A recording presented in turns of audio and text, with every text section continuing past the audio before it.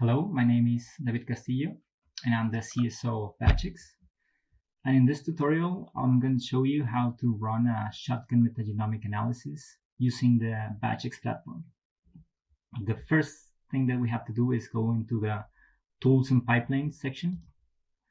And from here, we can search for metagenomics. This will return all the tools and pipelines under this category. But for this example, we're going to focus only on marker profiling pipeline. So let's click on that.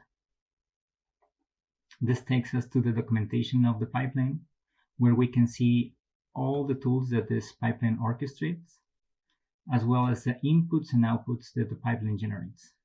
We have also included some examples so you can see how the inputs should look like. As it happens with other tools and pipelines, we have a usage section which provides the user with the opportunity to run examples without actually having to upload any data. Right? We have a basic example, which is the one that we're going to run in this tutorial to obtain microgram abundances from the samples, but other examples exist for more complex analysis, like this second one, which also performs functional profiling analysis. So let's run the simple analysis this time. We'll click on Run. This takes us to this other screen in which the platform has already configured all the inputs for us. So we just have to click Submit to run this job. Now the platform takes us to this other screen, which displays the inputs and the configuration that was used to run this workflow. Given that I have already run this analysis in the past, the platform is going to identify this and will very quickly return the results for me. Right? You can see that we already have all the results available, and we're going to focus on one of the outputs, which is the metagenomics report. By clicking on this link, you can download the file, unzip it, and inspect the report. I've already done this to save some time, so let's go and inspect its content. Right here we can see the quality controls, and the report includes other sections like relative abundances, alpha diversity, and beta diversity. In the quality controls, we can see how the number of reads that were left after each one of the filtering steps, as well as the number of reads that were used after rarefaction. All of these plots are interactive. You can zoom in, play around, filter based on the category, and even download take a snapshot from the plots. We also have a sample diversity plot, which allows us to see the number of autos that were identified for each sample on the different taxa levels. Right, same thing, you can filter, zoom, and take snapshots. This same information provided as plots can be downloaded in the form of tables and includes links to download additional information.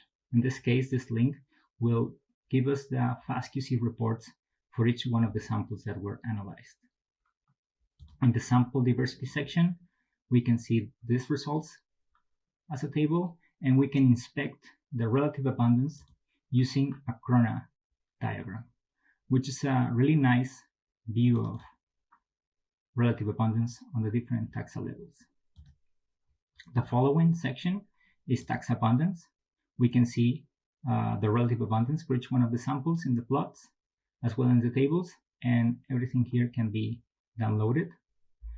And this section includes all the kingdoms that were identified, but the way we have configured the pipeline, we will also obtain the relative abundance just considering bacteria, right? So relative abundance is recalculated based on this criteria. Next section is alpha diversity, which shows in plots and in tables the different alpha diversity metrics that were selected in the configuration of the pipeline. And finally, we have beta diversity results, in which we can see how samples clustered based on dissimilarity and distance methods. This is being shown as heat maps, but we can also see this as ordination plots and Bly plots.